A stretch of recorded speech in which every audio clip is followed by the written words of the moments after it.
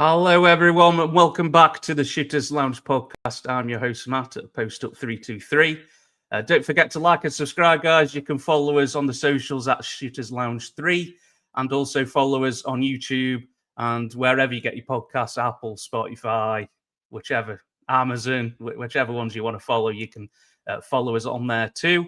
The season's underway, guys. So we had the preview pod a couple of weeks ago and we've got a returning guest this week, guys, and the man needs no introduction. Friend of the podcast, been on multiple times. Got to get his views on how the season's started. Also, we might have a few takes on a certain rookie who's had a decent start to the season. We've got returning AB. AB, what's happening, bro? Good to see you again, man. What's happening, man? Good to be here. Good to be back. Good to be back, man. Good to be back. Definitely have some takes on particular rookies, and yeah, just keen to get back into it, man. It's been a good start to the season. Definitely been a good start to the season for most of us. Absolutely, man. Absolutely. How's your summer been, bro? It's been good. Yeah, it's been all right. It's been all right. Obviously, just getting into it, just paying a lot of attention to the draft this summer, this upcoming rookie class. More intense than I would be in previous years because obviously my team kind of used to make the playoffs. So it's good. Definitely miss basketball, so it's good to have it back, man. Especially with the start that we've had to the season. I mean, the 50-point games, buzzer beaters, game winners. It's been a crazy start to the season. Yeah, man. Yeah, absolutely. It's like you say, it's good to have it back in it. So like you say, it's been a long summer, but as the summer goes on, you're kind of ready for the kind of NBA to come back. I don't know about you. It's a long season, isn't it? We're not even playing it. It's a long season, isn't it? Kind of, following it and stuff. So it's kind of, for me, it's kind of good to have that kind of, them few weeks off. I kind of unplug really with the podcast and stuff and just have a few weeks of just kind of let's just, unplug and kind of give it a rest kind of thing. Once the draft's over, you kind of get that bit of sometimes a bit of a lull period, but the NBA's a 12-month a year thing now, isn't it? With the free agency and things like that. But I do kind of have a few weeks where I kind of just unplug, and then as kind of October comes around, you're like, yeah, I'm kind of ready for the NBA to come back now. You're kind of ready for it. I don't know about you, bro. Yeah, especially obviously my team didn't even make the playoffs, so it's been an extra long. I don't know how you root for teams that are just constantly in the lottery. Like the season goes on for off season's going on longer than a regular season. So yeah, absolutely, yeah, man. You don't pick the teams pick you. But it's something that you have. It's something that you have to get used to, I suppose, bro. With the Sixers, because you've kind of been in the playoffs, haven't you, for quite a few years in a row. So. This summer, was probably a bit different for you, was it not?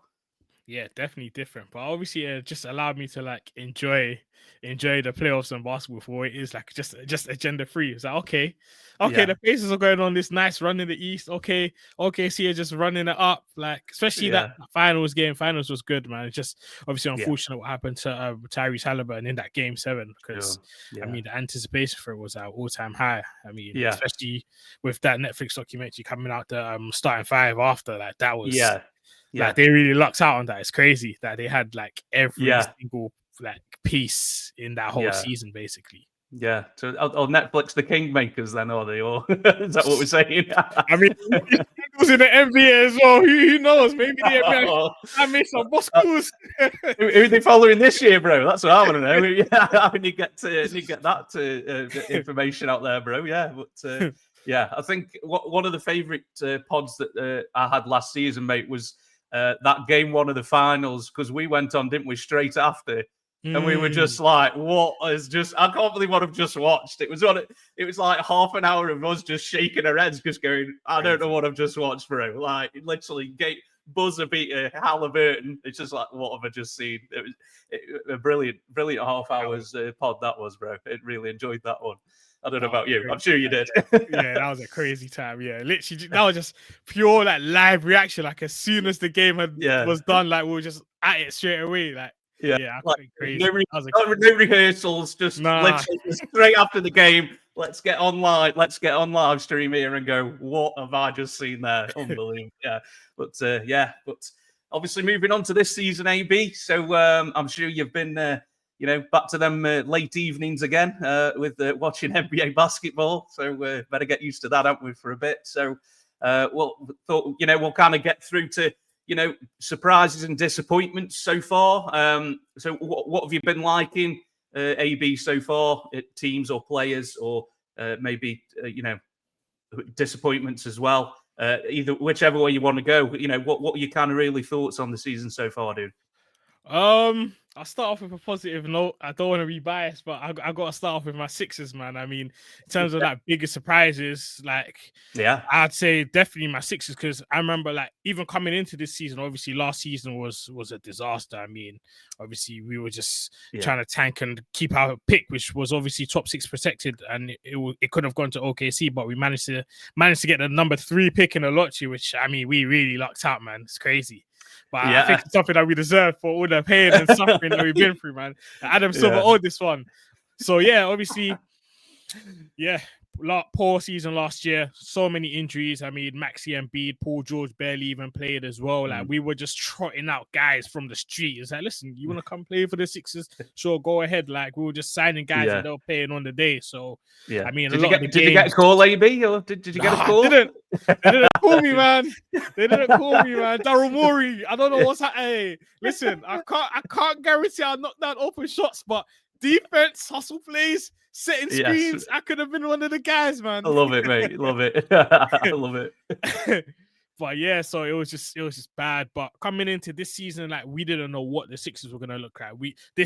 You could have told me we're gonna win 50 games and be a top 3 seed in the East, or we could be back in the lottery, because we didn't know how many games Joel Embiid was gonna play, how many games Paul George was gonna play, and what he was gonna look like. Because I mean, even though he barely played, he averaged 17 points per game last season, and that's a guy that's being paid $50 million a year. So obviously Tyrese Maxey played I think 36 games. And even the one shining light we had last season, Jared McCain, 23 games, and then he had that meniscus injury. So, it was really tough. So we didn't know what it was going to look like. Obviously, we had the whole Joel Embiid thing. Obviously, article came out about how he had no timetable to return, basically. So a lot of people thought, listen, this might be it with Embiid. He might retire, or he's never going to be the guy who won an MVP just a couple seasons ago. So there were all these questions coming into the season, but obviously started off brilliantly, man. Started off out the gates, 5-1 record right now. Tyrese Maxey, man. Tyrese Maxey, I mean, this guy's playing at all NBA level. That's a bad man right there. Bad man. And you know what? I've got to give him credit, because right now, the way I see it, don't get me wrong, we haven't put, me personally, I haven't put Joel Embiid to one side. He's still the guy to me. But the way Tyrese Maxey has taken ownership of this team, I feel like he's our voice. He's the leader right now. And it all goes back to a media day. So a media day before the season started, obviously the media were asking him questions and things like that. He was just like, listen, we need a standard. As the Sixers, we need a standard. We need to have an identity. This is who we are every single day, no matter who plays, no matter who doesn't play. When you see the Sixers on the court, you're going to see that same team every single night. And to his credit, he said it and he's backed it up. Not only with his level of play, but the whole team has bought into that concept.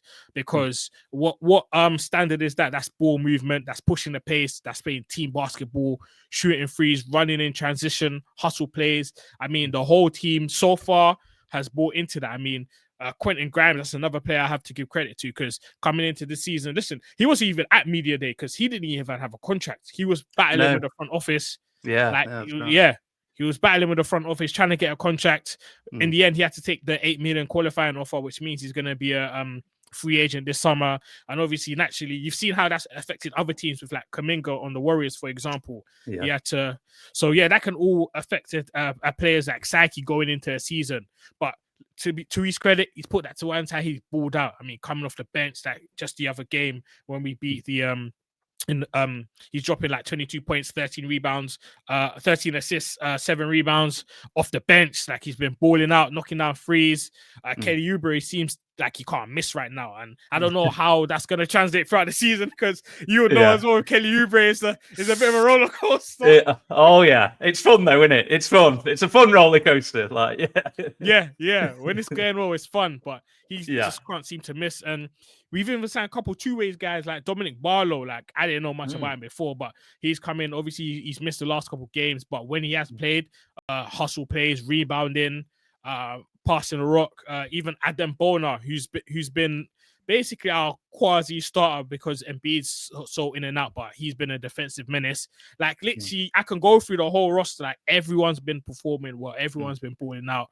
Like the level of basketball actually seems fun. Like this is the Nick Nurse brand of basketball that I saw when he was with the Raptors head coach. It was like everybody eats like, and obviously you've got your star, but there's ball movement. Like I was just so used to Embiid getting the ball low block, just 4 shooters just standing around him, and just waiting for kickouts and things like that. But obviously it's the pace as well, isn't it, bro? The pace is increased obviously with Embiid playing less minutes.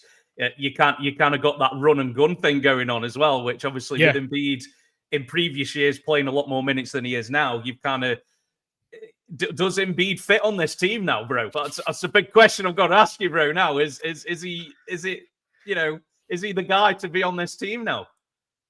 Yeah, if you ask me, definitely he still fits in this team. But I'll have to say, like, he has to make an adjustment because even in the minutes that he has played, because we're still like off a miss. Maxi or whoever picks up the rebound, hits it to Edgecombe, we're going coast to coast. We're going coast to coast. And there's been so many possessions that I've seen where Maxi or Edgecombe or Kelly Oubre is trying to push the pace and B's not even in the shot. he's not even in the camera shot because he's still laboring, trying to get in to the other side of the court. And what that's led to a lot of the time is some trail threes where when he does get it, when we do see him in the picture, he's at the top of the free, top of the key, and to his credit, like that's a shot that he can make and he has been nailing those. But I just feel like with conditioning and things like that, like that's something that hopefully he does get up to speed. I mean, he's averaging 22 minutes a game right now. He's still on this strict 20-minute restriction. But doesn't seem very happy about that, AB. He's not, and you know what I mean. It doesn't seem great. Like he's said a couple of things going, if I'm not playing regular minutes, I might as well be at home. I mean, I put that away just in my back pocket, just for later kind of thing. I was like, oh, right, okay, So that was a bit of a jab, but you can't blame him, can you, for putting him on a minutes restriction because he doesn't play pre-season. So you've kind of got, like you say, get him into kind of shape and kind of, lean into the season gently and then kind of ramp it up as you go along. It's got to be the safest way to go, bro, hasn't it? With all his injury history that he's had. Yeah, 100%. I agree. And to those comments, I don't really Embiid has this thing with the media. Like, if you don't like listen to like the press conferences or like read the full transcript, you'll see some of these quotes and thinking, this guy even want to play basketball? Is he gonna request a trade like next week? So not that it gets taken out of context, but a lot of things are said in jest. I do agree. I do feel like what he does say with he might as well be at home. I feel like that's just the competitive nature in him. Like obviously he wants to play. He understands that like he has to listen to his body at this stage of his career, man. But I do think that he will begin to ramp up in terms of playing back-to-backs. That's over. He's never gonna play a back-to-back ever again. And he said as much, didn't he? He said as much, didn't he? They were like, that's never gonna happen again. Ever? Okay, fair enough. But when you get to the playoffs, you won't do back-to-backs. It won't be a thing, will it? So when it comes to the meaningful end of the season, that's not going to be a thing, is it? So, I mean, there's a lot of players in the league now who don't play back-to-backs. Kawhi, I'm sure Paul George won't when he comes back either. What's kind of Paul George's kind of return? What are we? Is it soon, AB, or is it going to be a bit longer? I don't know. I think it's really soon. I think he has been practicing. I think he's been playing 5-on-5, but I think he'll play soon. I'd say at some point this month. Obviously, the month just started, but I think we'll see him soon. Jared McCain is probable to play as of recording tonight. So he played the Bulls tonight in Chicago. So, and that's another guy. You add him to the mix. That guard rotation is going to be looking crazy because, like I said, he only played 23 games last season, 15 points a game off the bench, and that's a 38% 3-point shooter, movement 3-point shooter. So when I think very good, didn't he, last year before he went out, man? Yeah, look good. So when I think about him, Edgecombe, Grimes, and Maxi in the backcourt, I mean that backcourt rotation. Whew, do you want to do the do you want to do the Edgecombe thing now, or you know, we might do another segment later. If you want to save it, let's save it. Let's save it. Let's save it. But I know you've got some thoughts, bro. But yeah, I just say biggest surprise, like just my Sixers. I mean, we're playing fun basketball right now. Hopefully, was this a sorry, AB? Sorry to interrupt. No, go on. Is this a surprise to you then that this is how well, or do you think this is a surprise to a lot of other people? What were your expectations going into the season? What, you know, have they exceeded it already, kind of thing? Or, you know, is it right? You thought this is what was going to happen? Obviously, I don't want to get too ahead of myself. It's 6 games in, but it's really good. But yeah, I didn't expect this. I didn't expect us to be playing at this level. I didn't expect Maxi, especially, to be like what, couple 40-point games. I mean, I didn't expect him to be this good. Like, even earlier, obviously in the build up to the season, I'm listening to a lot of like Sixers beat reporters and journalists, and one of them was like, "Do you think Maxi will be an all-star this season?" And they were debating about it. They was like, "Listen, especially out east, I mean, there's a lot of guards who would be his competition. You look at Darius Garland, Donovan Mitchell, you look at Trae Young, you look at maybe even like Desmond Bain when he first joined the Magic, like Cade Cunningham, Jalen Brunson, of course. Yeah, exactly. So that's a stacked guard position. Sure. And so, yeah, I was thinking, you know what, maybe he might not make an all-star game. I was like, yeah, that's fair. But then looking at it now, it's like, if he don't make an all-NBA team, it's like, we're rioting. But yeah, I didn't. It's like 33 a game. You know, he's putting up the numbers, isn't he? 33 a game. What is he? Rebounds just under 5 and 9 assists. If you keep them numbers up, bro, you're going to be in the All-Star game, aren't you? Like, it's very easy to say. So yeah, like I didn't see this coming. Like, my expectations going into this season for the Sixers was like win 45 games, avoid the play-in. And a big bonus would be to host a playoff game, so finish as a top 4 seed in the East. Because obviously I was looking at the Knicks and I'm looking at the Cavs and those sort of teams, and I'm thinking these teams are clear going to be front runners out east, especially with the whole injury situation with Tyrese Halliburton and all the other, and Jason Tatum and things like that. So that was like what I was thinking, and then obviously getting B to play maybe like 50 games or so if he can. So that's what I wasn't thinking about. Yeah, like top 2 seed out east, Maxi playing out all NBA level. VJ Edgecombe, who we will come on to, looking like how he's been looking. So so definitely that's what I'd say is one of my biggest surprises. Yeah, some people I think are kind of you tried to win last year, it didn't work out, and somebody's dropped to you in the draft, and this is how he's worked out. Not a lot of people happy about that, AB. Non-Philly fans, but I'm sure you're enjoying it at the moment, mate. Listen, they owe us, man. You don't know how much trauma we've had to go through. Even when we had top selections, like look what it's led to. Yeah. So, I mean, if you had to guess, what would you say over or under Embiid's games this season in the regular season? What would you say is a kind of benchmark there?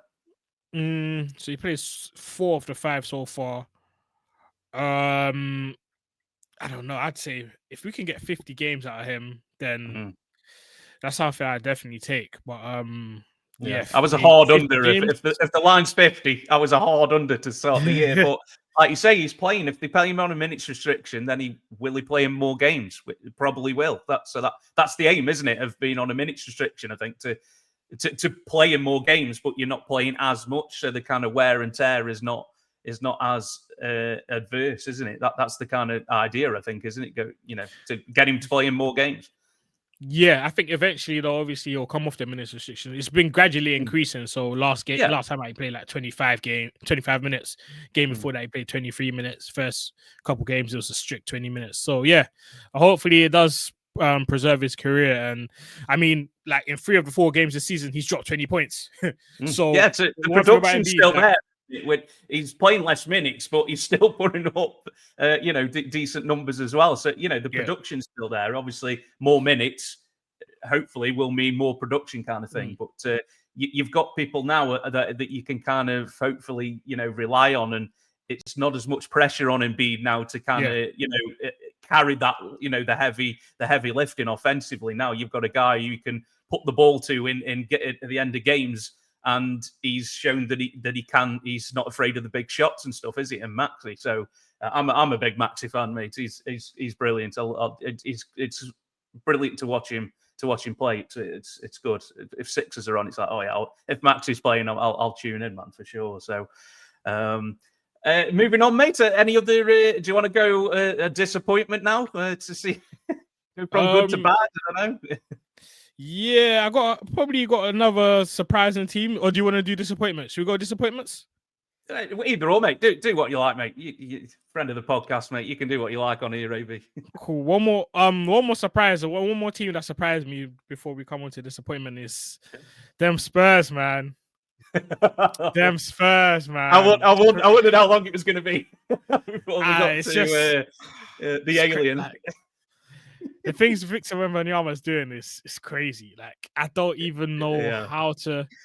I don't know how to describe it other than just saying it's crazy. Like, I just feel like, like we knew he was good, but now I feel like he's here now, and right now it's just scary because I think like 28 other teams in the league should just forget about winning championships right now. Like, just focus on the NBA Cup. Like Adam Silver, this NBA Cup thing that you've got going on. Listen, that's like history. When we look 30 years down the line, they're gonna think if a player has like 5 NBA Cups, they're like, okay, like he was a winner because this guy's just coming to win chip after chip after chip. Like, it's the things that he's doing with the basketball is just insane. Like the highlight plays alone, just with these like 6 games, like back-to-back blocks, grab the rebound, pull up, logo, free, swish. Between the left step back free. There was one play where he put it behind his back and shot a fadeaway 3-pointer, and I'm like, people that big aren't meant to do that, bro. It's not normal. It's just not normal. Like you say, I think with Wemby, the timeline, you never know. It's kind of like it was a question of when, not if, he was going to be, this unbelievable force and stuff. And it seems like the timeline is now. It's like, it's now kind of thing. Just some of the things he's doing, and that first game, Dallas, he just abused him, didn't he? It was just like it was men versus boys. He just made Anthony Davis just look like a child, like basically. It was kind of eye-opening, wasn't it, man? It was like, oh my god, it's here now. Like, we're doing this now because coming into the season, I didn't know what it was going to be like this season because obviously he had the blood clot thing, didn't he, last year that kind of ended his season. So it was like, okay, well, we'll see what it's like coming in, and he just come out the blocks first game, and it's like, I'm back, I'm here, and it's it's kind of ridiculous. And the guys around him as well. I think Castle as well has made a really decent start to the season as well. And Harper as well, the rookie. We'll come to rookies in a bit, but he's looked kind of solid. And they've done all this without Fox as well. Fox has been out, hasn't he? So they've got him to come back. And unfortunately, Harper got injured, didn't he, the other night against the Suns? But I don't know how long he's going to be out. Maybe a couple of weeks, but. They kind of, if Wemby's healthy, mate, I mean, like you say, all bets are off, bro, right? It's crazy. I mean, 27, 14, 3 assists, a steal, and 5 blocks. 5 blocks a night. It's just mad. Like, it's mad. I can't, I don't know how you stop that. And coming into the season, apparently he had a growth spurt. Like being 7 years. He got even bigger.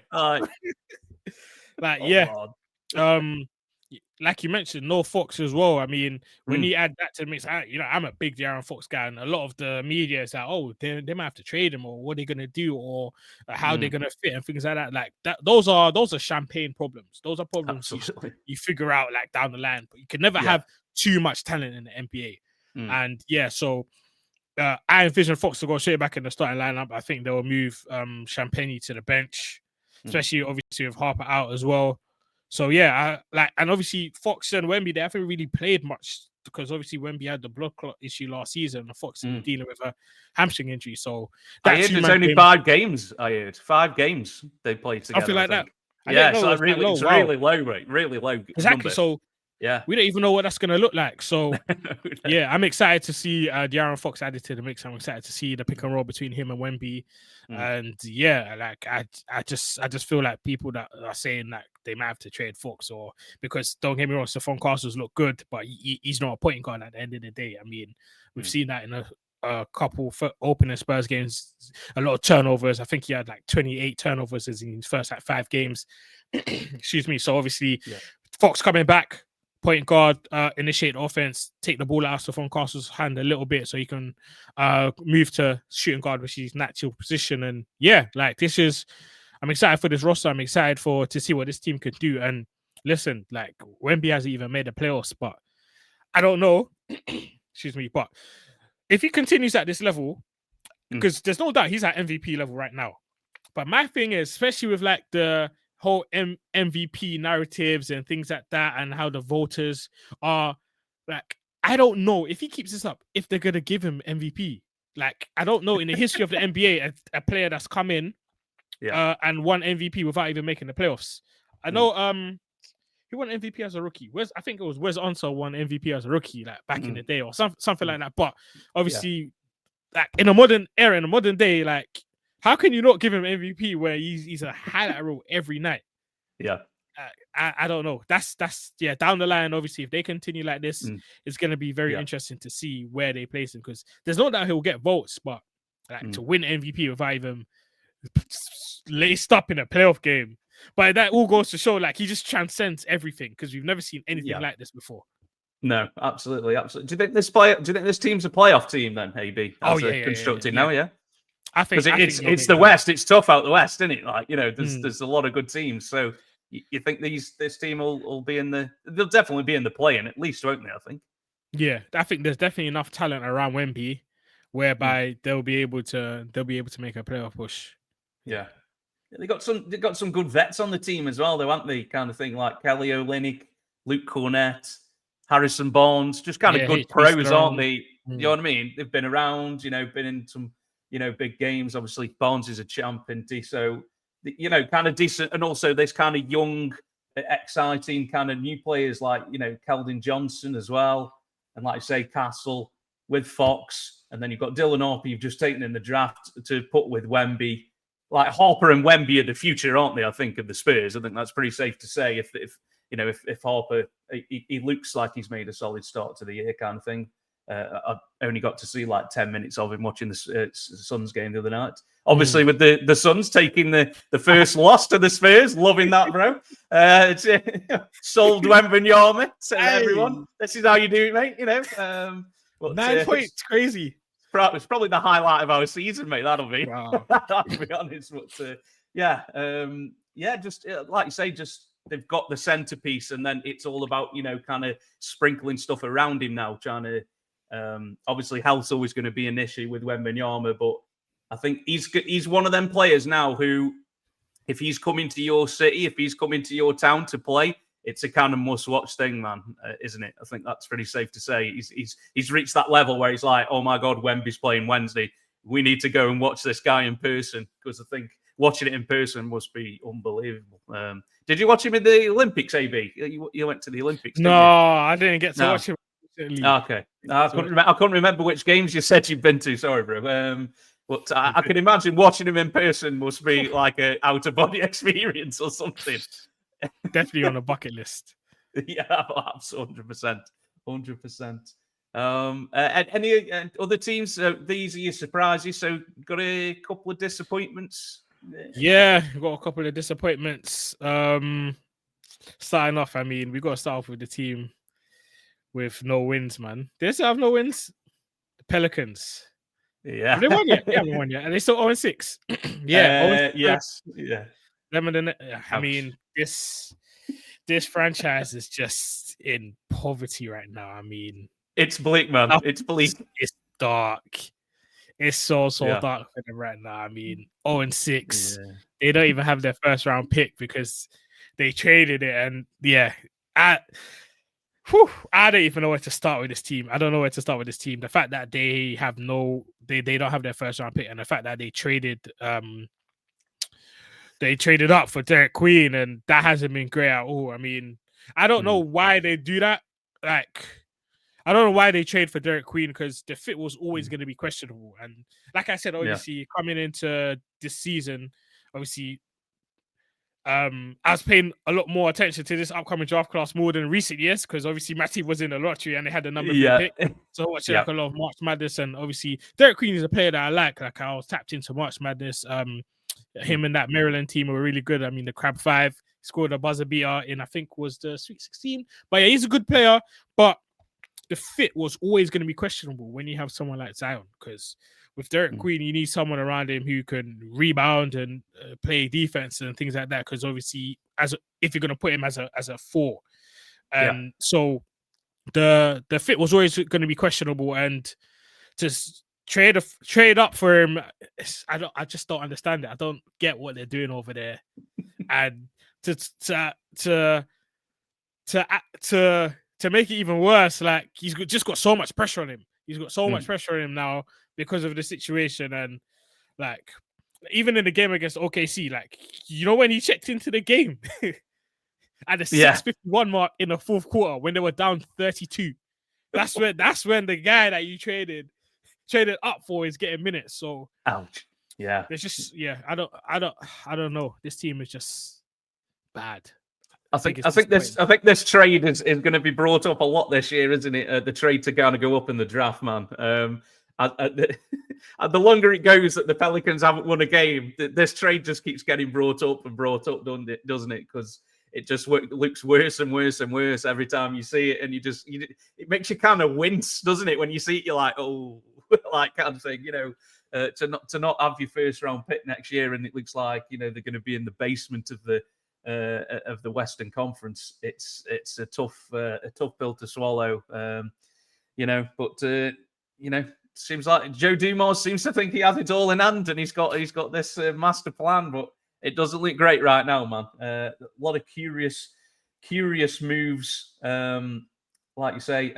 There was kind of one kind of maybe bright point, which is Fears. He's a rookie that they've got on that team. He's kind of, I think he was number 7 in the draft. I think he's kind of the only bright spot, really. You know, Zion's actually playing games, which I suppose is a bright point.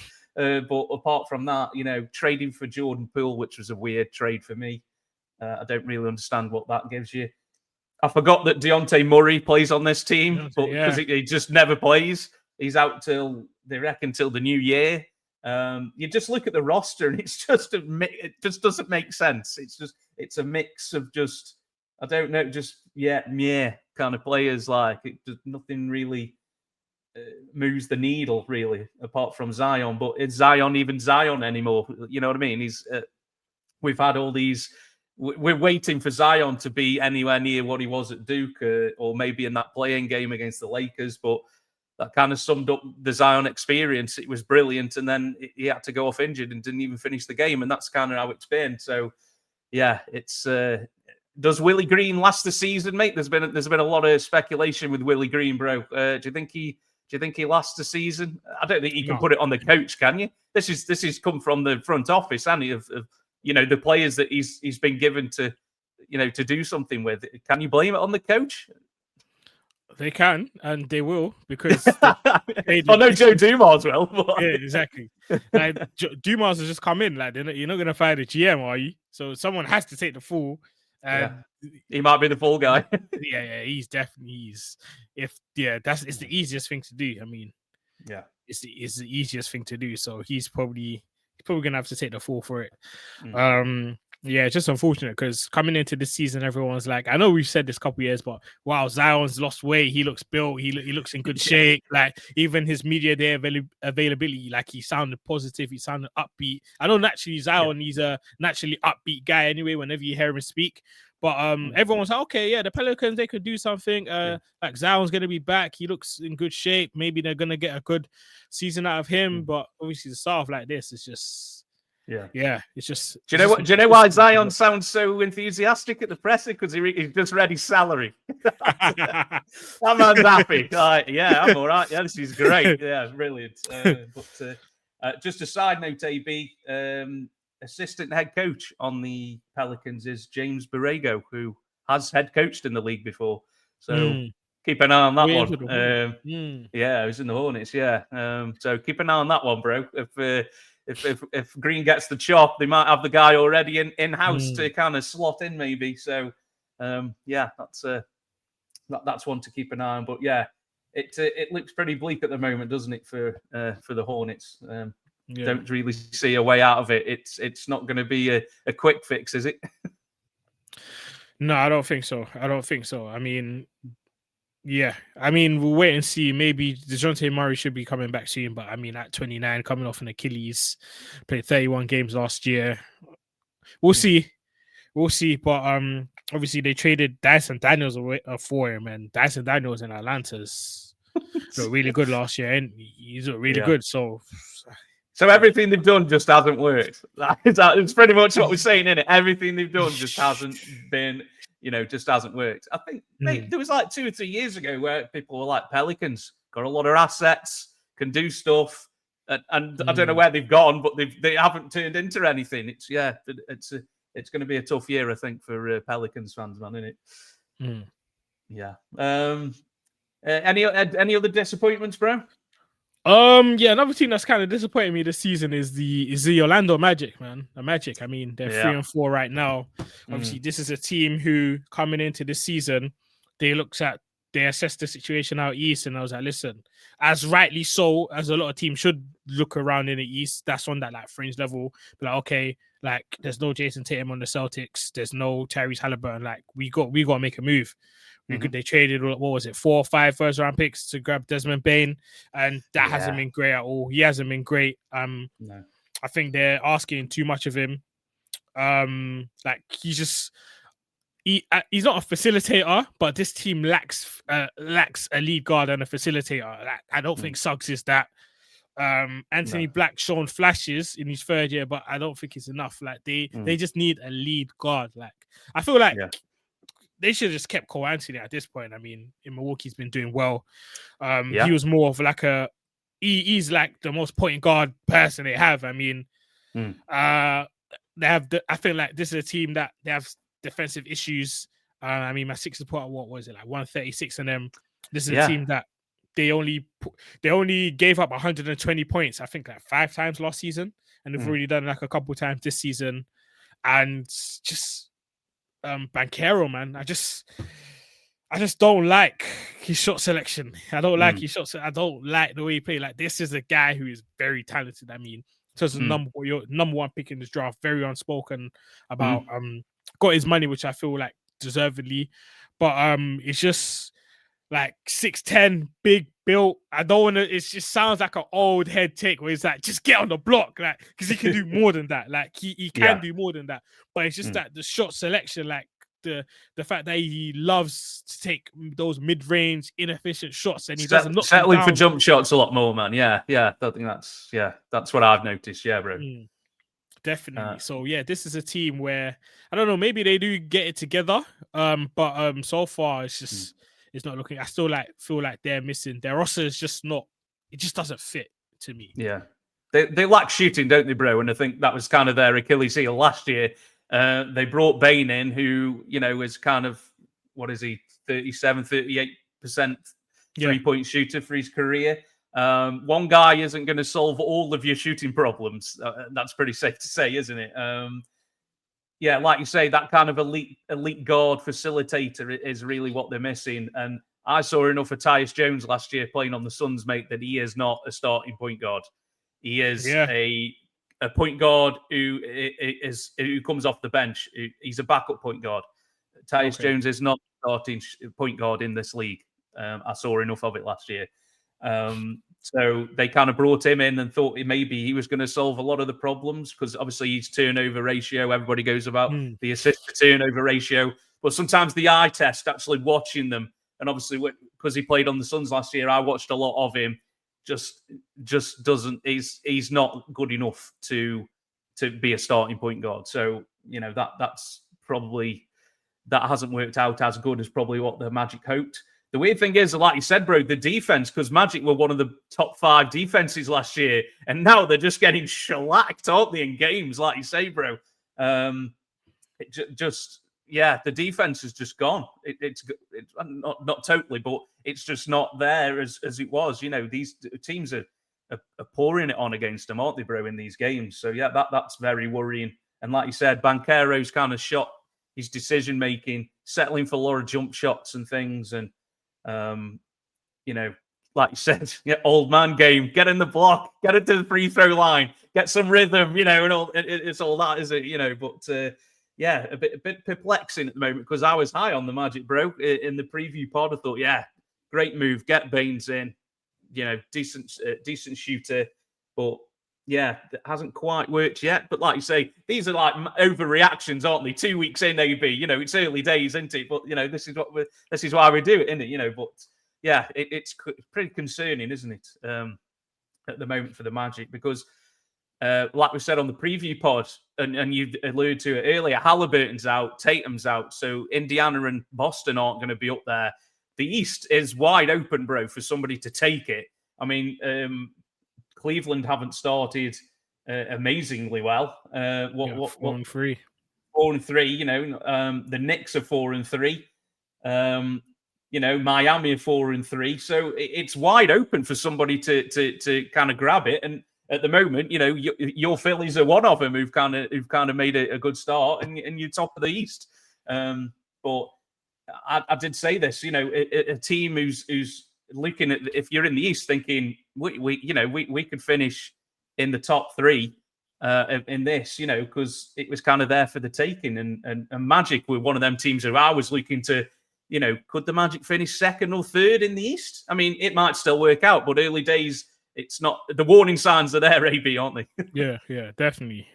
I mean, it's just obviously because it's the same issues as last year, especially with the trade and things like that. But it's still early. But it's just this is something that really I just expected better from them, especially after that Bane trade. I thought, okay, because naturally, like you said, they're missing shooting, so you go get a 40% 3-point shooter. It's like, okay, that could fix the whole. But obviously, basketball is more than that; it's deeper than that at this level. But I know a lot of Magic fans are kind of saying, mate, I'd rather take Markelle Fultz back, mate, than this Tyus Jones experience. So this is where we're at, bro. So hopefully they're not pressing the panic button just yet, but the early signs are there at the moment. So it's a tough times at Magic, but plenty of time to put it right, bro, haven't they, for sure? Yeah. Another team I noticed, a kind of surprise team, is the Bulls, man. Bulls 5-1. Josh Giddey playing, it's averaging 28 and 8, 28 and 8, excuse me. He's looking like an all-star for the first couple of weeks of the season, AB. There's always one team who kind of makes a really good start and then kind of fades the way as the season goes on. I think the Utah Jazz did it a couple of years ago, maybe. They kind of made a good start. Rockets, I think, did it maybe last year. And then they kind of fade away as the team goes on. Do you think the Bulls are that team who've made a really good start but will kind of come back down to earth? Or do you think this is the new normal? I know the Bulls fans are really enjoying it because the way they play, they're feisty, they get up and down the court. And they've done all this without Kobe White, who's been out, who's arguably their best player. So do you think this is is this definitely a surprise? But do you think is this going to carry on throughout this season with the Bulls? I don't expect them to finish top 3 in their conference. I mean, they've been a playing team last couple of years as well. So Miami and Chicago just love playing each other in the play-in. That's like a yearly thing, isn't it? They're playing invitational. Literally, they are the kings of the play-in. These pair, aren't they? So sorry, carry on, dude. No, I don't think it's sustainable, but it's good to see like the way they're playing, especially Josh Giddey. I mean, because obviously when it was a 1-for-1 trade for Giddey for Caruso, and I mean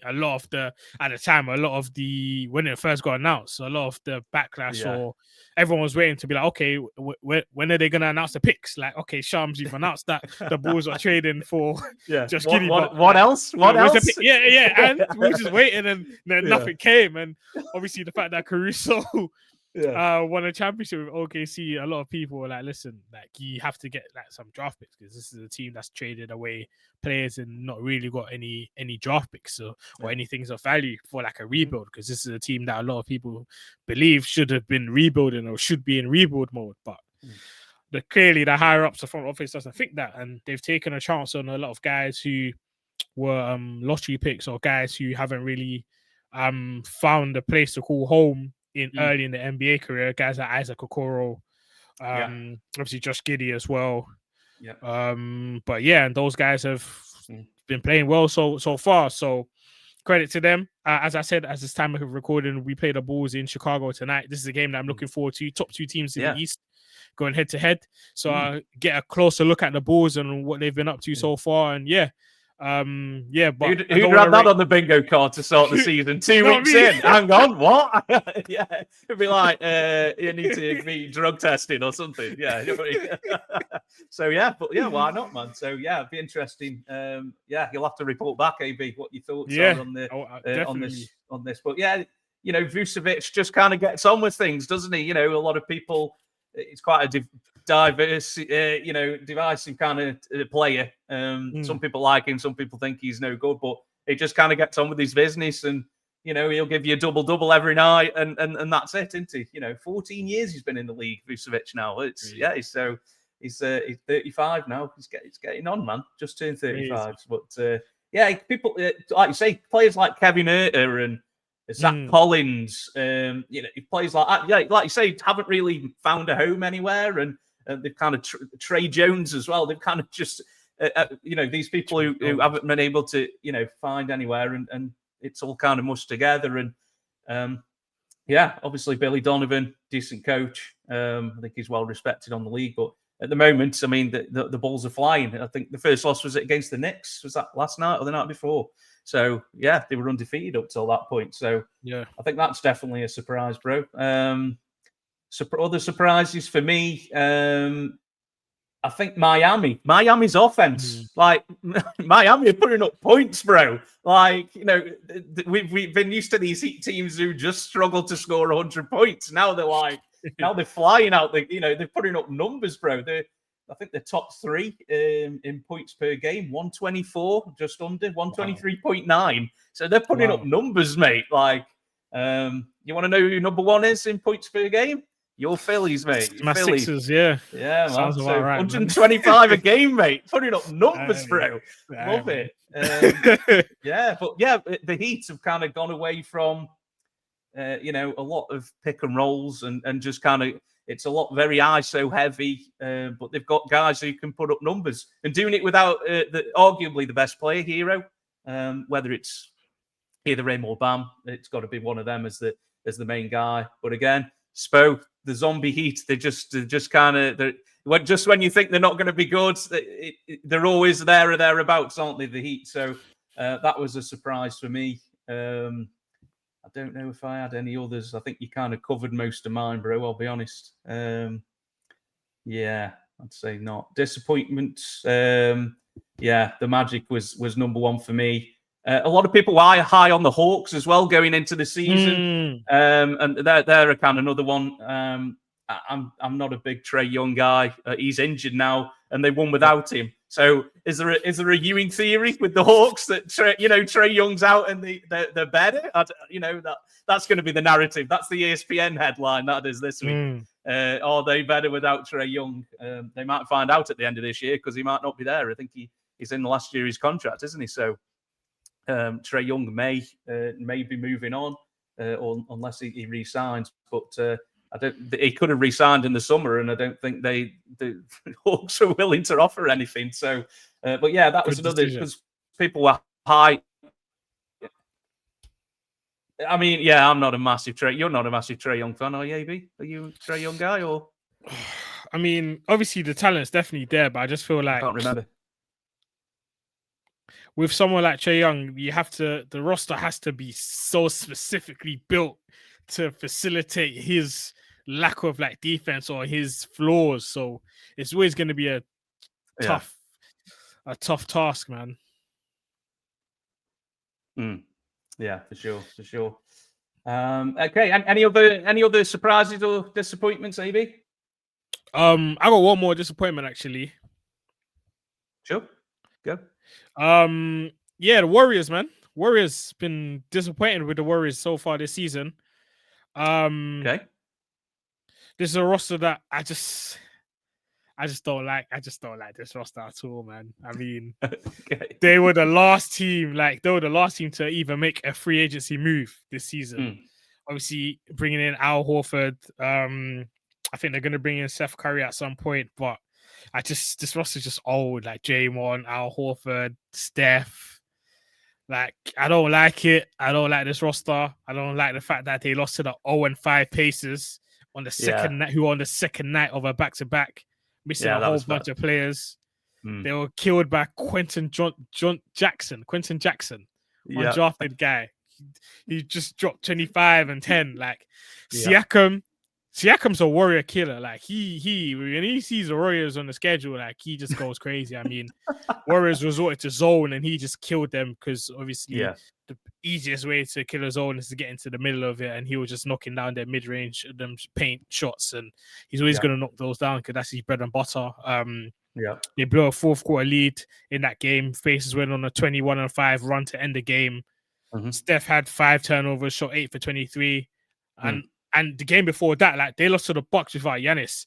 And no team in the league, should be losing to a Bucks team without Giannis. I don't even any team in the NBA that loses to the Bucks with this Bucks team without Giannis, that's a bad loss.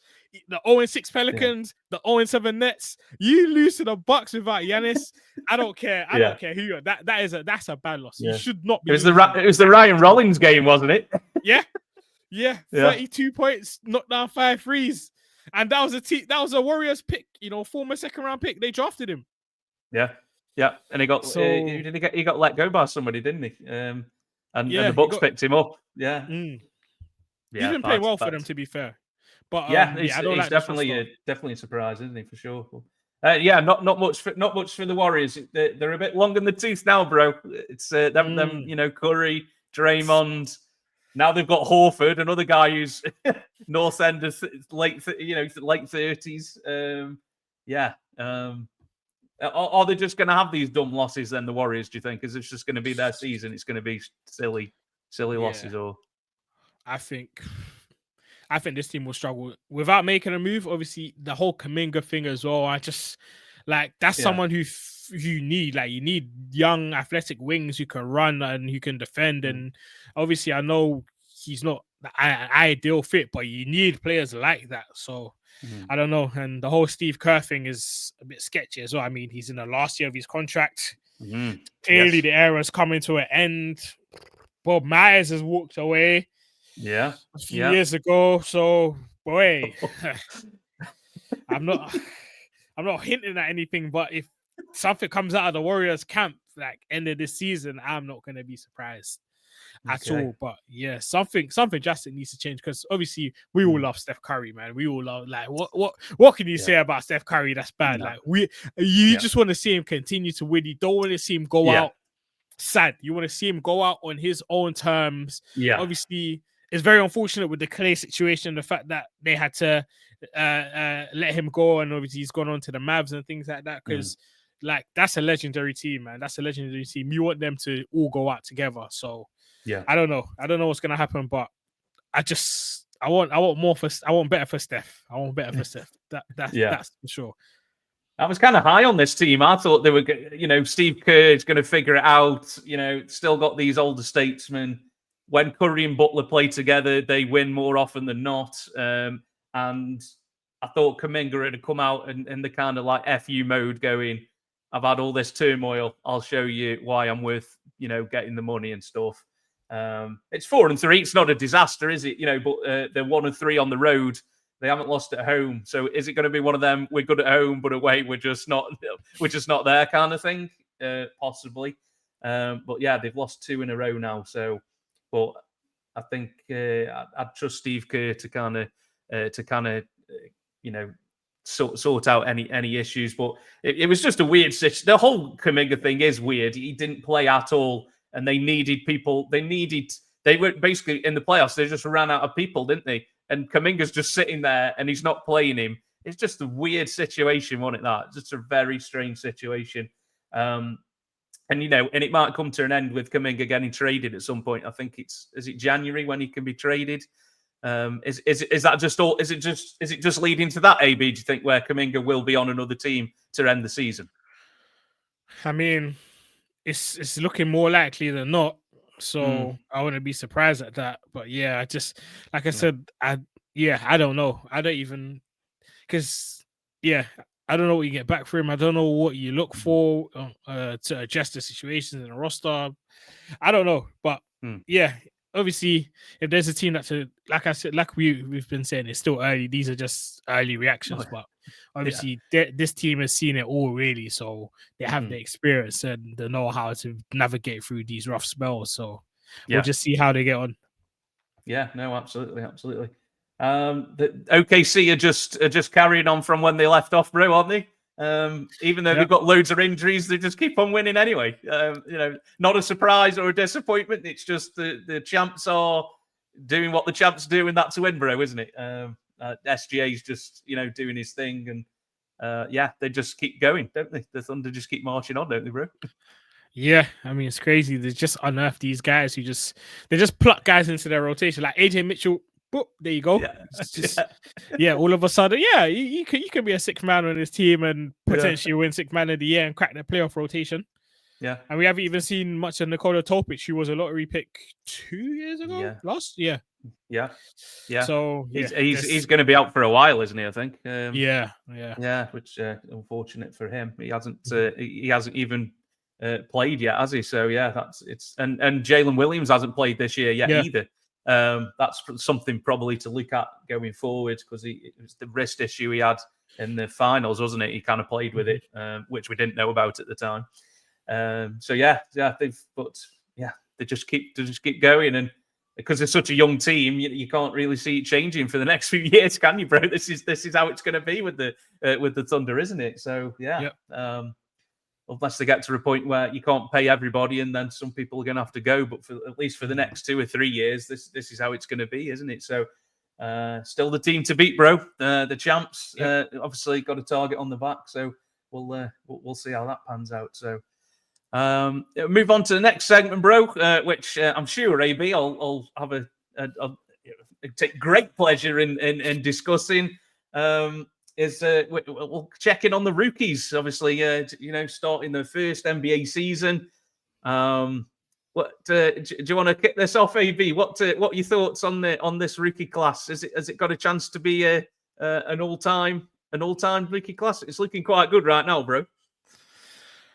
I don't know about all-time rookie class. I think it's still early, but some of these guys have been looking really good.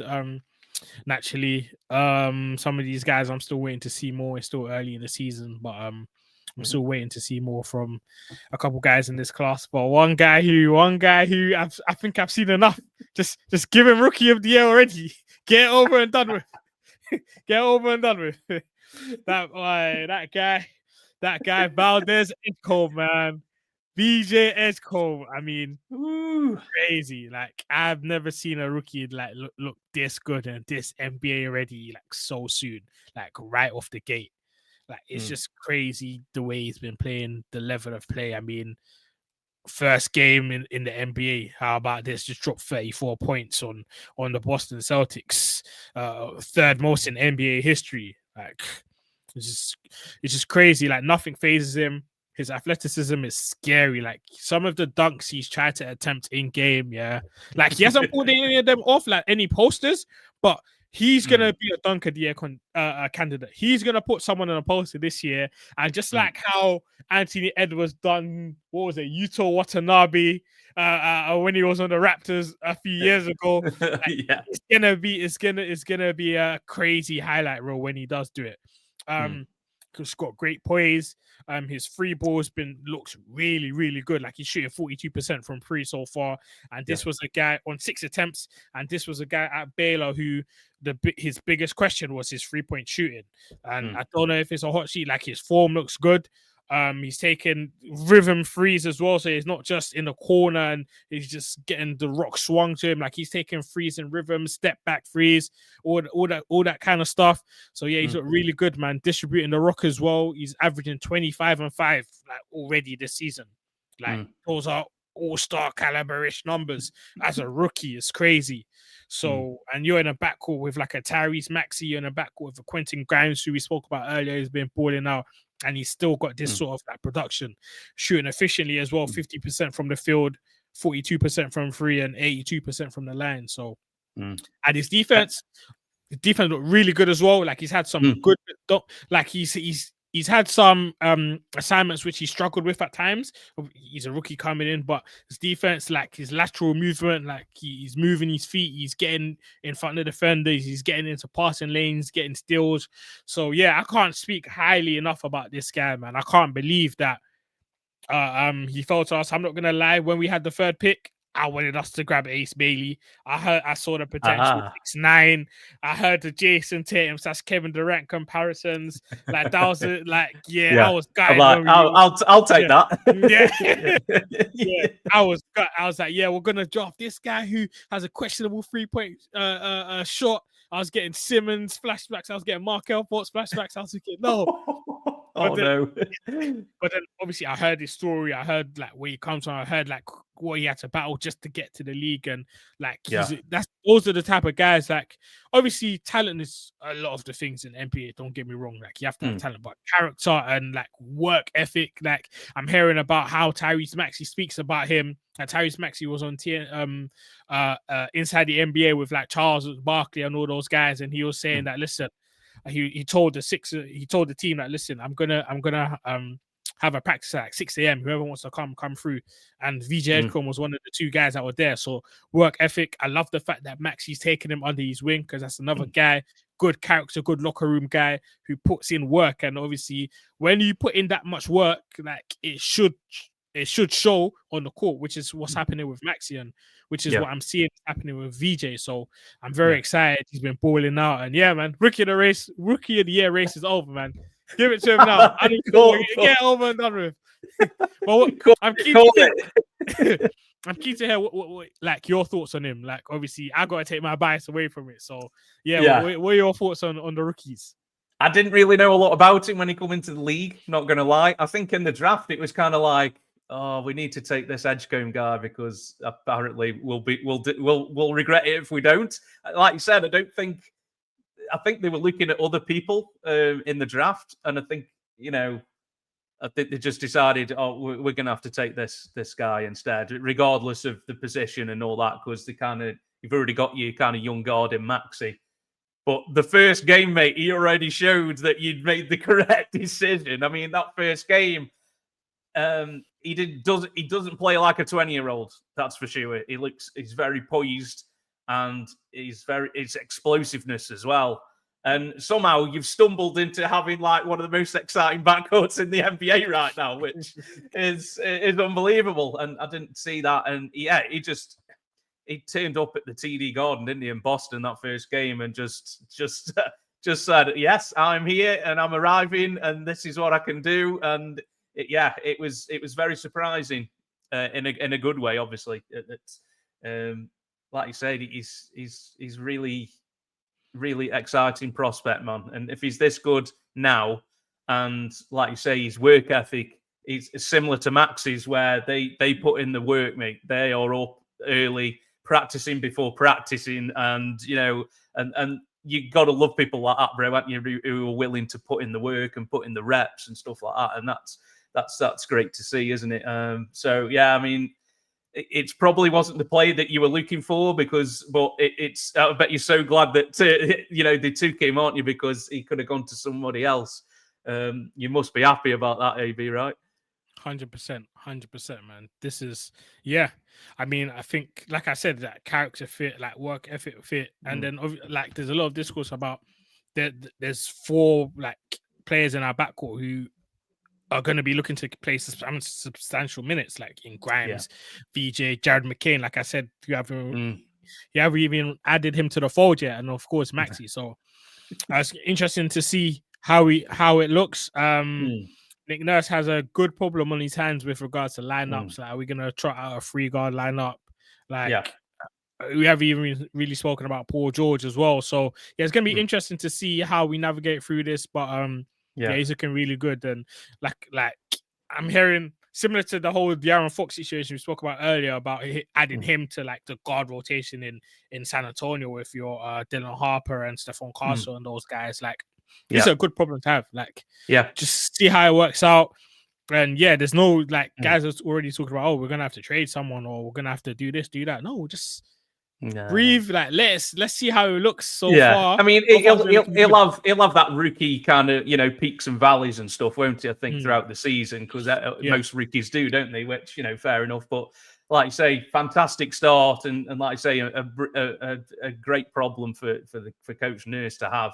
That's for sure. So, you know, when he is kind of maybe on a bit of a struggle, maybe at some point, you know, you've got guys who can come in and kind of you know, pick up where Edgecombe's left off. But he reminds me of a young Dwayne Wade, Edgecombe does, in terms of his fearlessness, and he's like, you know, he doesn't care. He's going to the rim, mate. He's going to the rack, and it's going to be a problem for you, kind of thing. That's the kind of a feeling I got watching him in that first game. It was like, man, yeah, it kind of reminds me when I first watched Tatum in his rookie year. He just seemed like he'd been playing in the league for so long already. It's like, mate, this guy looks like he's a 4 or 5 year vet. Like how he carries himself and how he's, you know, the things he's doing on the court. He seems to be, you know, he'll have rookie mistakes and things throughout the season. That's how you learn, innit, and stuff. But yeah, he seems like Tatum in that way, where it was just like, I was like, man, he looks like he's been in the league for years already, and this is his first NBA game. So yeah, I mean, yeah, you must be absolutely delighted. Which I think it's pretty much straight. It says it on your face, mate. How excited you are, bro. So yeah, these two could be a backcourt for next, you know, however long, 10 years, if you want to, you know, keep you know, both of them and stuff. This could be it, couldn't it, for the Sixers backcourt, man, for years to come. I hope so, definitely. So yeah, it's looking good and looking really good. Like I said, obviously that ease the pressure of Joel Embiid, who obviously that's the main issue that we're trying to tackle. But my main issue is I just want to see how it looks when you do add, when everyone's healthy, basically, when McCain comes back, when Paul George comes back, when Joel Embiid comes back, because obviously, with Embiid and Paul George, those are your two like stars, those are your highest paid players, and obviously with that naturally comes, I don't want it to be a thing where they're deferring, they're like, okay, Paul George is back. No, they have to adapt to the system. This is how we're gonna play. You guys have to adapt to this. And I don't know, obviously. Yeah, that's going to be the interesting thing, bro, isn't it? Is do you say to Paul George, hey, mate, you rehab, bro, you're all right. You're all right for a bit, mate, you know, or whatever. Yeah, it's going to be interesting when everybody's together, isn't it? It's going to be real interesting to see how Nurse nurses that kind of thing, isn't it? It's going to be interesting, man. Yeah. But what are your thoughts on the other rookies so far? Anybody caught your eye, or you know, what's Cooper Flag? What are your thoughts on the number one pick? Yeah, I think he's been steady. Obviously, Memphis is trying to do this thing where they're incorporating him at point guard. I don't really think he's a point guard, but I think it's more strange choice, isn't it? That strange decision to do that with the number one pick, man. Like, you're going to play him out. You're going to play him out of position straight away. But, yeah, that's a weird one, isn't it? It's a weird one. It's weird. I kind of understand it. I don't necessarily agree with it. I think it's more of a developmental thing. Because when I think about obviously Kyrie being out, AD's out now. I just feel like it's a thing where it's just developmental thing, like just trying to get him to round out his game a bit more potentially for when Kyrie and AD do return, or when they're at full strength, where it's like, okay, we can now, this guy, he's NBA ready, he's ready for us, because obviously this is a team where they should be competing to contend. This is a team that should be looking to like win a championship. As the GM said, defense wins championship. So it kind of reminds me of when, obviously it's not a complete mirror situation, but when the Spurs with Pop played Sohan at point guard for like a season.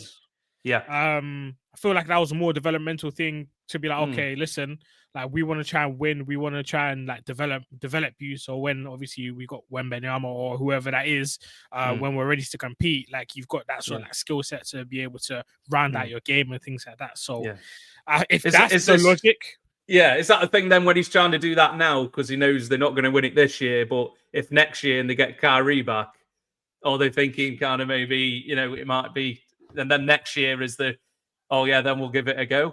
I don't know what the thought process is really with it.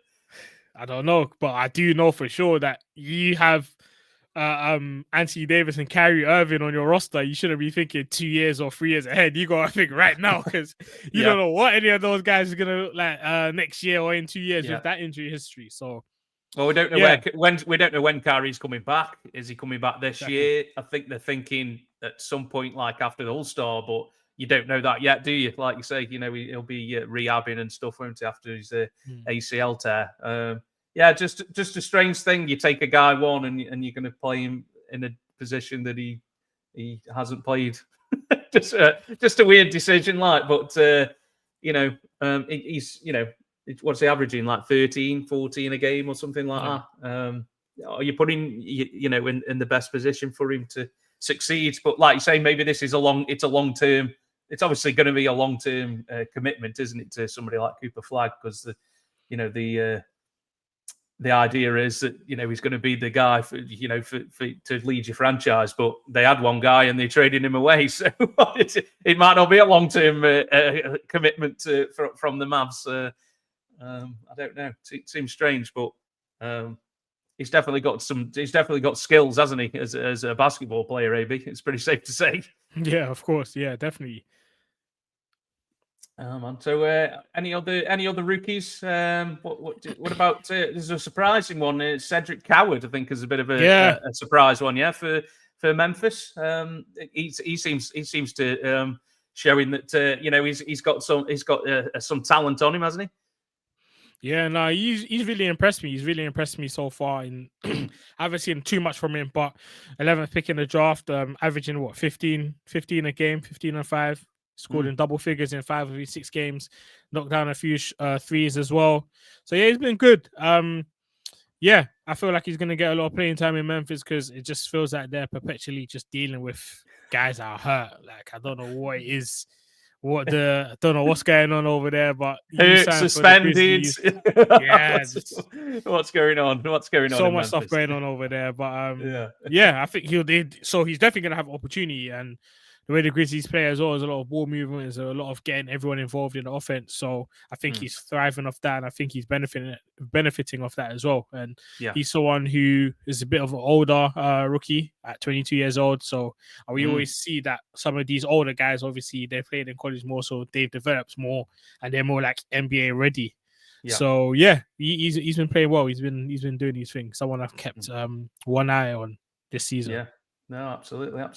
Conker Nipple for the Hornets. The Hornets are kind of like a league pass team, aren't they? They're kind of fun to watch, and they get up and down the court. And when LaMelo plays, balls flying everywhere. And but he looks like I think he'll be a solid professional. I think in the league for a few years. I think he's got a decent 3-point shot on him. Yeah. He can shoot. He can definitely shoot it, man. And that's one thing that we knew about him coming out of Duke as well. So yeah, he's been playing. He's been well. He knocks down his shots. Can put the ball on the floor a little bit. And obviously, you playing next to LaMelo as well. You're going to be getting. He's going to put you in positions where you can benefit from it as well. So yeah, he went up against the number 2 pick the other day when the Jazz played the Hornets. 24, 6 and 5. The other guy.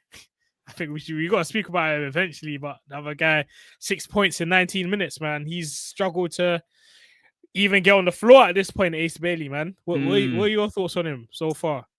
I mean, he showed in Summer League that he's got the tools, hasn't he? He had some really good Summer League games, and and also in the preseason, and we're like, oh man, yeah, this guy looks.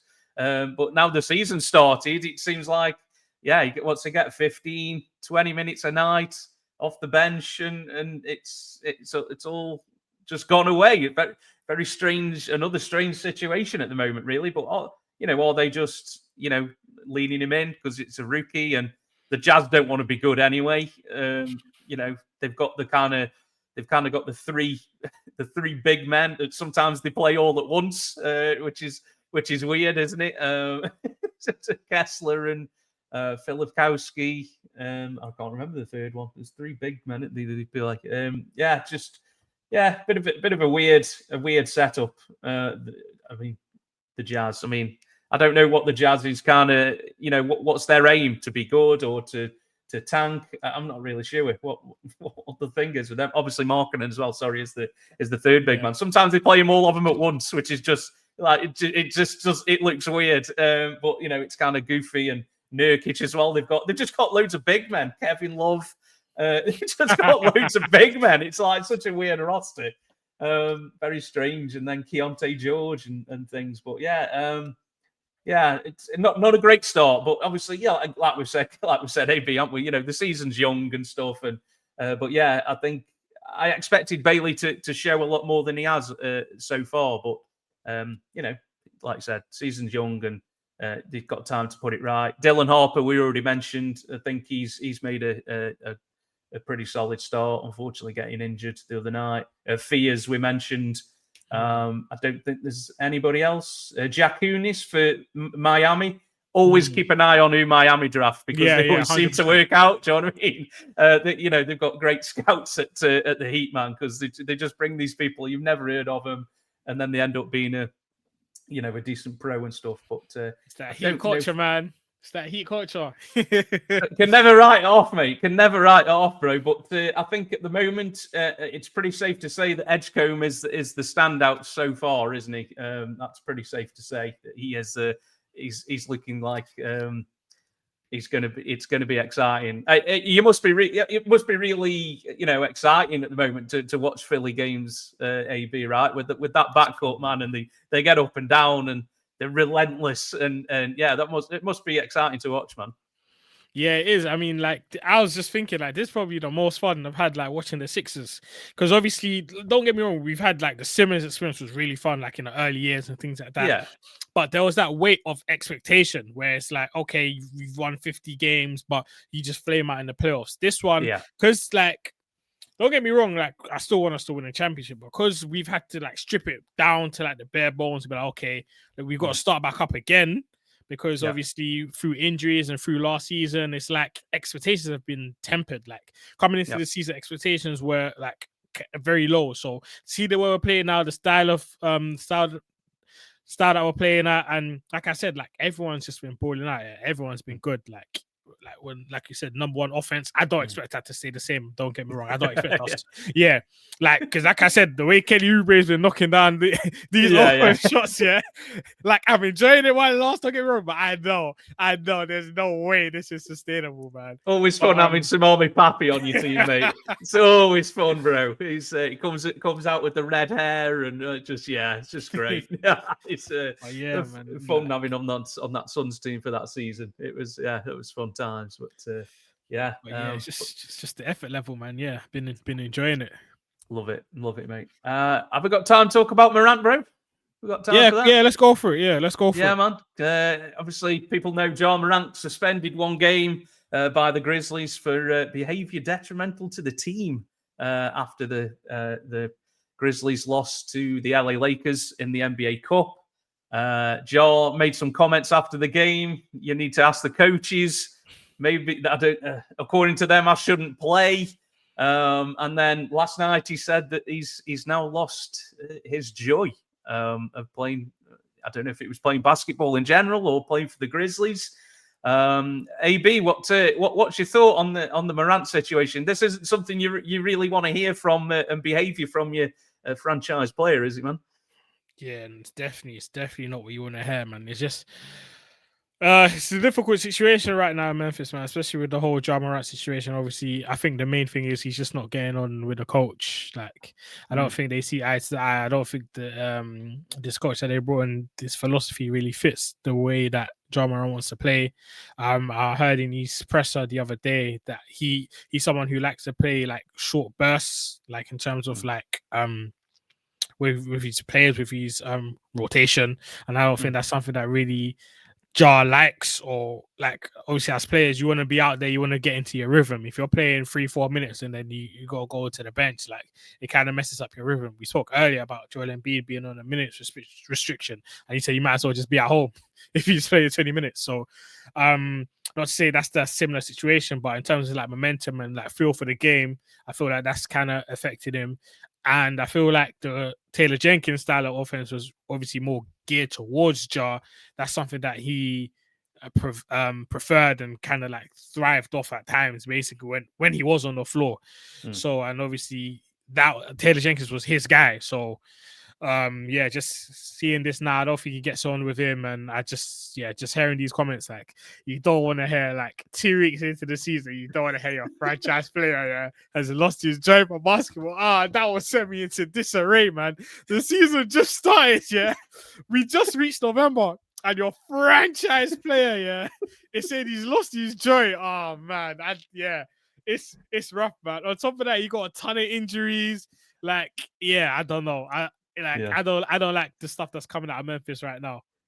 No, the alarm, mate. You're paying this guy $40 million to play for you, and you're telling me he doesn't have any joy. I mean, it's tough to hear, isn't it, man? That's for sure. As a fan, I don't know how you're feeling about that. Obviously, Morant is Memphis. He is the Grizzlies, isn't he? He is the guy. He's the guy there. I mean, to hear him say he's lost his joy, I mean, that's it's the alarm bells start ringing when somebody says something like that, bro, don't they? For sure. I don't know what's with Morant. The numbers show that he doesn't get to the basket as much now. It's been going down and down and down. I don't know if it's a fear of getting injured, because he used to have some really hard falls, didn't he? He'd be in midair and he's trying to dunk on somebody and then he'd land awkwardly. Or I don't know if it's a lot to do with that. He doesn't want to get hurt. It's definitely a different Ja Morant who we've seen probably last season as well. It's because he used to be such an exciting player to watch, didn't he? Like he'd get past anybody, he could get to the basket, and it was exciting to watch. I know, obviously, with younger fans, he was a bit of a, it's the TikTok generation. Ja Morant clips are all over NBA highlight accounts, aren't they, and things like that. But is he trying to mold his game a bit differently? That he's not going to be that guy who's getting to the basket a lot more, and he's trying to be more of a jump shooter. Is that a thing? But like you say, it sounds like from what I've heard that he kind of got called out by the coach at halftime during the Lakers game, and then the effort in the second half. I can't. There's nothing more frustrating as a fan as if you see somebody out there who is not trying as much to. He's away from the huddle in timeouts. He's literally standing in the corner, not engaged on defense. I mean, that to me is inexcusable, bro. Whether you don't like the coach or not, you've got to give it your all, man. Because as a fan, there's nothing worse to see stuff like that, man. Is there? Yeah, and it's reached a point now where it's like, where do we go from here with the Ja Morant experience? I mean, this is a guy who's a small guard who doesn't really play great defense when he's not fully engaged and locked in, who shoots 31% from free. And the history of the NBA says you can't build a team around a guy like that. And that's just the on the court stuff. We haven't even spoken about the off the court stuff. So I feel like it's kind of reached the point where it's like we're at a point of no return, because I mean they're gonna fire the head coach. He's just come in. Are they gonna? I don't see them doing that. So I feel like maybe they just need to be apart enough the ways. You might need to get into a different situation. On the outside, AB. Sorry to interrupt. It just seems like he's, he got called out by the coach, and then he decided to sulk about it, and that isn't a good look, mate, for your franchise guy, is it? Obviously, we don't know the full story. You just hear kind of snippets of what comes out. Whether they're true or not, I don't know. But that's how it looks from the outside. I don't know if you agree. It just seemed like he got called out by the coach, and then he decided to sulk in front of an entire arena, basically, and on TV cameras, because it was live it was one of the prime game ones on Friday. Just not a good look, bro. Just not a good look. And with Morant, to think what he was like 4 years ago, 5 years ago, to what it is now, you wouldn't have, you thought you'd be crazy. Like, it's just been one thing after another, hasn't it? It's just been all off-court stuff that you just don't want as a franchise. And you just don't want these problems, these off-court problems. It's one thing after another, isn't it? It's, getting caught with a gun on Instagram, and all these issues with, he hit a kid, apparently, or there's just things that you just don't want as a franchise, isn't it? And now he's lost his joy, which, I don't know what do you say? What do you say when somebody says that? There's got to be some kind of definitely some damage control now at the Grizzlies. I was looking at the roster earlier because obviously I was hoping to kind of discuss this. There ain't no adult in that roster, mate. There's no adult in the room, bro. There's nobody. If you unless it's KCP, but I don't see KCP being a big locker room leader kind of a guy. There isn't anybody in there, mate. There's nobody in there like who can just go, and can just. I'd to get a vet in there, I would, mate, and just have him with Morant at all times. Just like, come on, bro. This is not how we do things, and this is what you need to be like. You need to act like this, and it seems like there's nobody in there who's the leader of the locker room. You look at the roster, bro, and there's just nobody. I don't think it's Jackson Jr. He needs to be bothering about fucking averaging over 5 rebounds a game. Mate. That's his fucking major problem, mate. I just can't keep getting over that. But anyway, that's a segment for another day. But who is the leader? Who is the leader on this team? If it's not Morant, there's nobody else there who can kind of go, hey man, this isn't how we do things, man. We need to, stick together and be together as a unit and all that. It just seems like that. There's nobody, and Morant's sulking now, and it's just like everybody's going to be looking around, going, what's going on, and not a good situation. I'd very be surprised if they traded him. I think the coach is going to go before Morant goes, mate. I think because I think Morant is so popular in Memphis, but that comes to a point where do the fans turn on him, and that's going to be bad. But I don't think they will because he's so popular in Memphis. He's like. He is the guy. He is the guy in Memphis. There's nobody else. Only Morant, mate. That's it. He is the franchise. But I hope he turns it around because when Morant's engaged and Morant's doing his thing, there's not many other as exciting people to watch in the NBA than Ja Morant. I hope he turns it around because you need people like Morant, to be one of the faces of the league. He's got the talent. Something's not quite right at the moment, and maybe it hasn't been for a couple of years. But like you say, injuries as well. Injuries are piling up again. I mean, they had the year from hell last year. Everybody was out, weren't they? At one stage, they were putting out like 7 players, weren't they? 8 players some nights. They were literally running out of people, and that's a tough one. But I mean, Edie hasn't started the season, has he? He hasn't played yet. He might be coming back in the next week. Ty Jerome's out till late November. Scottie Pippen Jr. is out till the new year. Brandon Clark, another knee surgery. So it's just piling up again, isn't it, bro? It's just, again, there's little things. And now this issue with Morant, and it's like, oh, man, it's tough to be a Grizzlies fan right now, bro, I think. Tough, man. Tough. I mean, and you said it, like, just looking at this roster, there's not a vet in sight, man. Literally, I was looking at the roster, I was like, oh my God, there's no adult there. There's no adult in the room at all. It's all just kids, apart from KCP. Fair. I don't really know if KCP is going to command that kind of, that kind of respect or the leader kind of mentality. I'm not sure, but I didn't think so. But other than that, like he's been in the league. Is this his 15th year, I think? Other than that, there's nobody who's been in the league more than 6-7 seasons. So it's all just all young players. I don't know. Do you get somebody in there? It's a classic James Johnson team. It's a classic James Johnson team. He's not leaving Indiana. Yeah, I know. Yeah, get somebody like him in there, mate, and be like, dude, this isn't it, mate. This isn't how we do things. Like, they have tried though. To their credit, like before when Jimmy Butler wanted out of Miami, the Grizzlies are one of the teams that inquired about Jimmy Butler. He did not want to go there, and I remember years back. I don't know if they traded for Iggy. Iggy didn't even go to Memphis. He didn't. No, he didn't. No. Like he didn't go. He didn't go. I thought he did not want to go there. So I don't know what it is about Memphis behind the scenes, but like those are two like established vets. Like obviously Jimmy Butler definitely would have improved them. That they just didn't want to go there. There's just something. I can't put my finger in, but there's just something off about Memphis, and it's a shame because this is a team that obviously led by Ja. I had high hopes on, man. This is a team that I saw battle with the Warriors a couple of years ago in the playoffs. This is a team a few years ago before that.